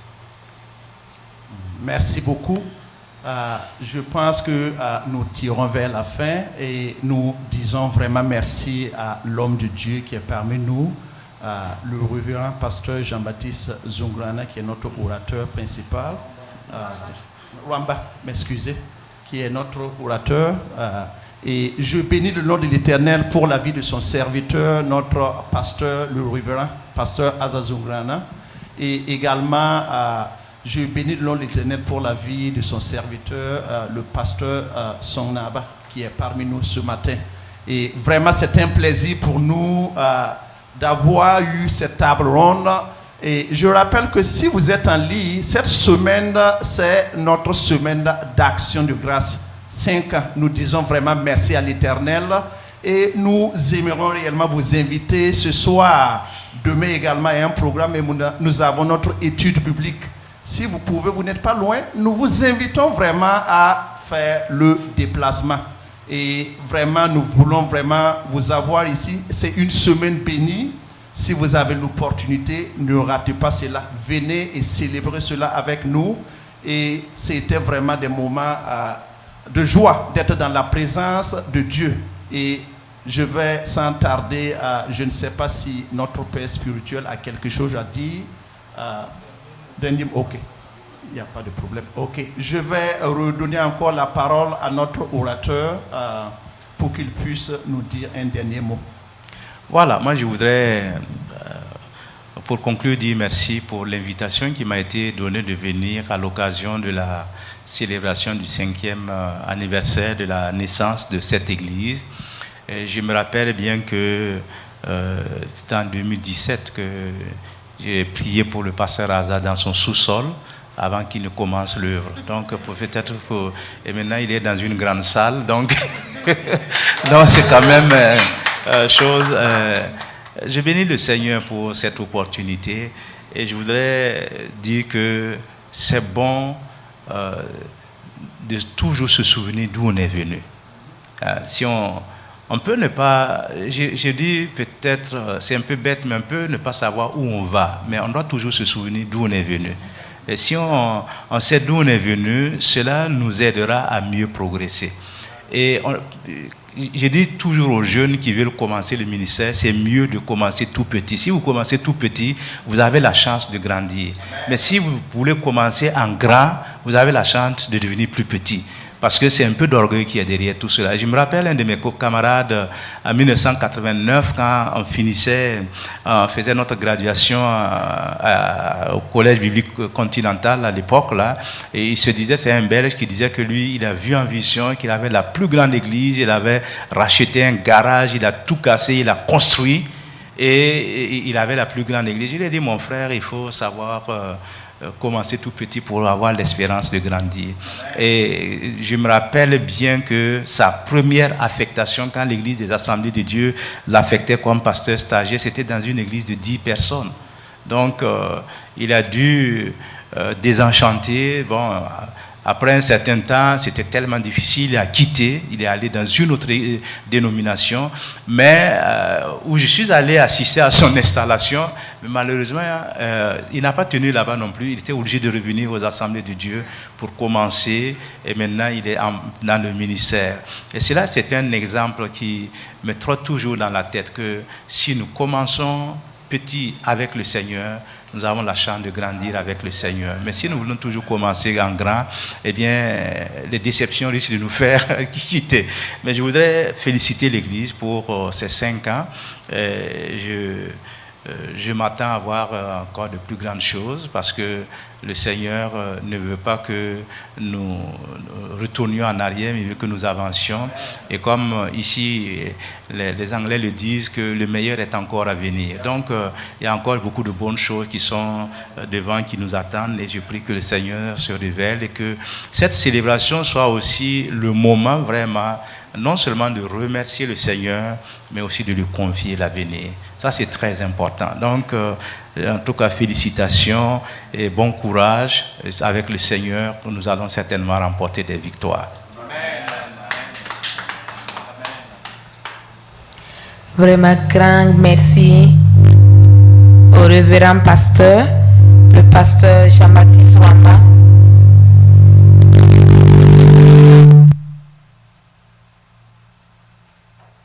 Je disais que nous disons vraiment un grand merci au docteur, révérend pasteur Jean-Baptiste Rwamba pour ce temps qu'ils ont pris pour nous parler de la VIMAP.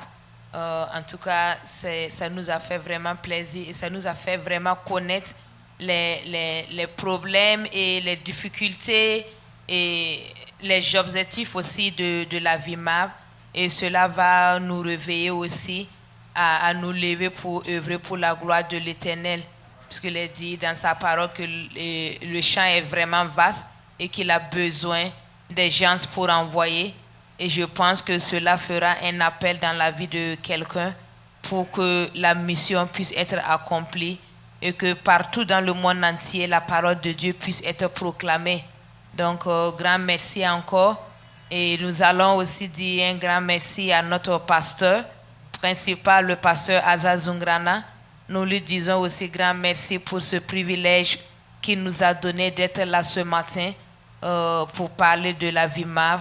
Que le Seigneur continue aussi à le bénir et à le fortifier pour que l'œuvre puisse avancer pour la seule gloire de son nom. Et j'ai dit aussi grand merci à notre pasteur, notre papa, le papa pasteur Isidore Songnaba, d'être là pour nous soutenir, que le Seigneur vous renouvelle de force. Et merci à tous ceux qui étaient là sur place, sur la table ronde avec nous. Merci frère Sévré et le frère Bationo, nous vous disons infiniment merci. Merci au frère Cornet pour la technique qui nous a permis de faire passer ce message dans le monde entier. Merci beaucoup. Et merci à tous ceux qui nous suivent en ce moment et qui nous suivront après. Nous vous invitons ce soir à partir de 20h sur la même plateforme à notre inauguration. Ce soir, à partir de 20h, nous invitons tout le monde à être connecté et à ceux qui sont proches de venir pour qu'ensemble, nous puissions élever le trône de la gloire de notre Seigneur Jésus. Sur ce, je pense que nous sommes en train de finir. Et s'il n'y a plus rien, nous allons d'abord prier le Seigneur, lui dire merci pour ces moments bénis dans sa présence avant de prononcer la prière finale. Donc ensemble, nous allons dire merci au Seigneur pour ses enseignements. Alléluia. Seigneur, mon Dieu, mon roi, nous voulons te dire infiniment merci. Nous voulons, Père éternel, te dire merci, Seigneur, pour ce que tu nous as fait du bien. Seigneur Jésus-Christ de Nazareth, tu nous as permis, éternel, mon Dieu, tout-puissant, de parler, Seigneur, de la VIMAP éternelle et de nous ouvrir aussi les yeux sur tout ce que la VIMAP fait dans ce pays. Seigneur, merci pour cette révélation que nous avons eue. Merci, Seigneur, mon Dieu, mon roi, pour ce que tu as parlé dans nos cœurs. pour que nous puissions, Seigneur, nous lever et travailler, œuvrer pour la gloire de ton nom. Seigneur Jésus-Christ de Nazareth, je te prie, Seigneur, de nous aider, afin que l'enseignement que nous avons reçu ne reste pas seulement dans la salle, mais que cet enseignement nous accompagne, afin que nous puissions, Seigneur, donner tout notre temps, notre moyen, nos finances, tout ce que nous avons pour l'avancement de ton œuvre, Seigneur. Parle au cœur de quelqu'un, afin que nous puissions vraiment, Seigneur, faire cette œuvre pour la seule gloire de ton nom. Seigneur, merci pour ces moments que nous avons passés dans ta présence. Que toute la gloire et l'honneur te reviennent à jamais. Au nom puissant de Jésus-Christ de Nazareth.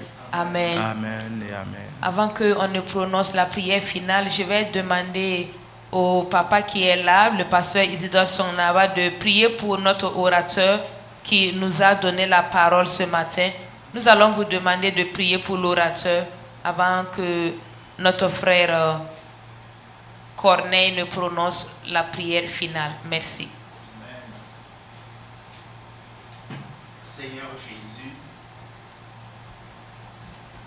Seigneur Jésus, il t'a plu